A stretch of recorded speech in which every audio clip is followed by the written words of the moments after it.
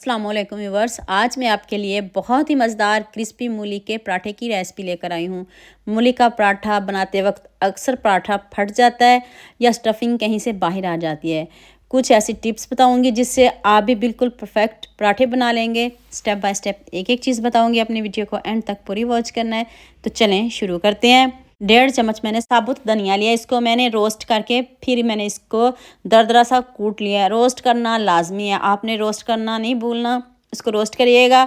तो फिर आप इसमें लहसुन अदरक 3 से 4 सब्ज़ मिर्च डाल लें। जितनी आप मूलियाँ ले रहे हो उसी हिसाब से बनाइएगा। मैंने 1 किलो मूलियाँ ली हैं तो मैं उसी हिसाब से बना रही हूँ। देखिए कितने अच्छे से मैंने इसको दरदरा सा कूट लिया है।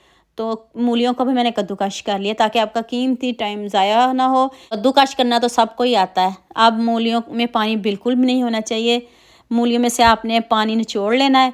तो चलिए अब नेक्स्ट स्टेप की तरफ चलते हैं। एक मज़ेदार सा तड़का लगाते हैं। इधर मैंने मक्खन लिया है, आपने भी कोशिश करिएगा मक्खन ले लीजिएगा। अगर मक्खन नहीं है तो देसी घी डाल लें, अगर वो भी नहीं है तो फिर आप जैसे मुनासिब समझें। 1 टीस्पून साबुत ज़ीरा डाल दें और साथ में जो मैंने मसाले को कूटा है ना वो डाल दीजिएगा। साबुत धनिया है, सब्ज़ मिर्च, अदरक, लहसुन। अगर स्किप करना चाहते हो इसमें से तो कुछ स्किप भी कर सकते हो, लेकिन बनाकर देखिएगा इतना टेस्टी, इतना यम्मी कि आप खाने से हाथों को रोक नहीं पाएंगे। तो अब आपने इसमें मूलियाँ डाल देनी है। अब इसको 1 मिनट बहुत अच्छे से हम रोस्ट करेंगे। कलर कुछ चेंज नहीं करना, हमने आपके सामने बना रही हूँ। आप पूरी वीडियो देख के जाइएगा, आपको मज़ा आ जाएगा। 1/2 टीस्पून हल्दी पाउडर, 1 टीस्पून लाल मिर्च का पाउडर, 1 चम्मच मैंने इसमें नमक डाला है। 1 टीस्पून आप इसमें गरम मसाला पाउडर डाल दें और 1 टीस्पून ही मैंने इसमें चाट मसाला पाउडर डाला है। चाट मसाले की जगह आप लेमन का जूस भी डाल सकते हो। अगर चाट मसाला नहीं है उसके बगैर भी बना सकते हो। मसाले देख लें आपके सामने, मैंने इतने ज़्यादा नहीं डाले, कम मसालों से बनाया है।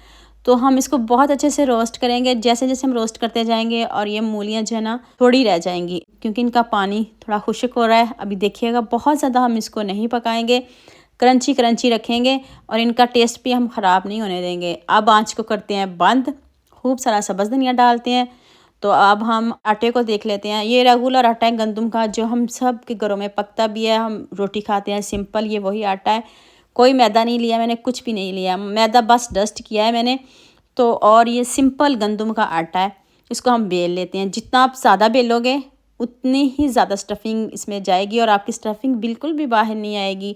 अभी मैं आपको दिखाती हूँ। यहाँ मैं आपको याद दिला दूँ, अगर आपको मेरी रेसिपीज़ पसंद आ रही हैं तो जल्दी से मेरे फेसबुक पेज को भी फॉलो कर लो और साथ में मुझे यूट्यूब पे भी सब्सक्राइब कर दो। ये आपकी तरफ से प्यार होता है, मोहब्बत होती है, खुशी होती है कि आपको मेरी रेसिपीज़ पसंद आ रही हैं। इस तरह आपने थोड़ी बड़ी बेलनी है। जितनी ज़्यादा बड़ी बेलेंगे उतनी ही स्टफिंग पराठे में ज़्यादा बार बार के आप खा सकोगे, फिर ही मज़ा आता है इसको खाने का। अगर कम स्टफिंग हो तो मज़ा भी नहीं आता। अगर आप ज़्यादा स्टफिंग डाल लेते हो तो स्टफिंग बाहर निकल रही होती है और वो पराठा मज़े का भी नहीं लगता, दिखने में भी नहीं अच्छा लगता। तो प्लीज़ आपने ये वाला ज़रूर बनाना है, सबके साथ शेयर भी करना, लाइक भी करना, प्यारे प्यारे कमेंट भी करने हैं। अब स्टफिंग आपने इसके ऊपर बार बार के डालनी है, जितनी मर्ज़ी डालें बिल्कुल बाहर नहीं आएगी क्योंकि हमने रोटी को बहुत बड़ा बेल लिया है पहले ही। अगर हम छोटी रोटी बेलेंगे, स्टफिंग ज़्यादा डालेंगे तो वो स्टफिंग बाहर आएगी। तो रोटी को भी हमने बड़ा बेला है तो बिल्कुल सवाल ही पैदा नहीं होता कि आपकी स्टफिंग बाहर आ जाए। अब हल्के हाथ से इसको बेलिएगा, फिर हाथ से हम इसको बड़ा करेंगे।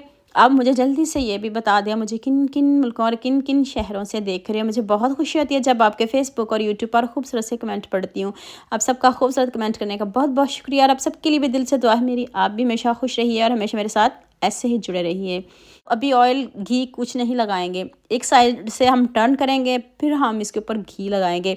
घी से क्रिस्पी बनेगा। इधर आपको घी थोड़ा ज़्यादा लग रहा होगा लेकिन ये घी में ही फ्राई होंगे, ज़्यादा घी में ही क्रिस्पी बनेंगे। और आँच आपने मीडियम रखनी है, मीडियम आँच पे हम इसको बनाएंगे, अच्छे से पकाएंगे, कच्चा नहीं रखेंगे। स्टफिंग तो पहले ही बनी हुई है, बस हमने रोटी को क्रिस्पी करना है।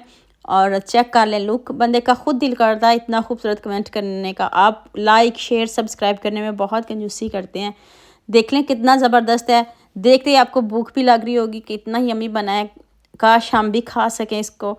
तो जितना टेस्टी बनाए इतने टेस्टी टेस्टी मज़े मज़े के कमेंट किया करें। बहुत खुशी होती है जब आप अच्छे अच्छे कमेंट करते हो। तो अभी मैं आपको करीब से भी दिखाती हूँ।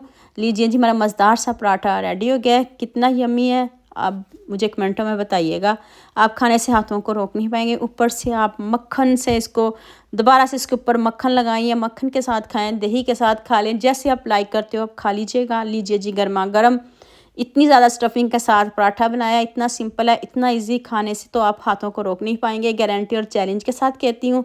तो आपने बनाना ज़रूर है। अगर कोई बात पूछनी हो तो मुझे दुआ में याद रखिएगा। अल्लाह हाफिज़।